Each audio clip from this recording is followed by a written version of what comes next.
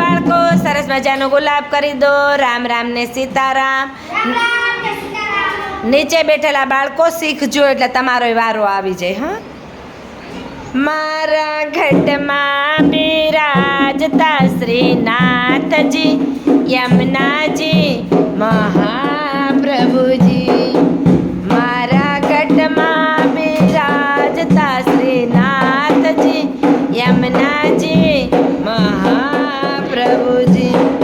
મારું મનડું છે ગોકુળ વનરાવન, મારા તનના ગણ્યમાં તુલસી નાવન.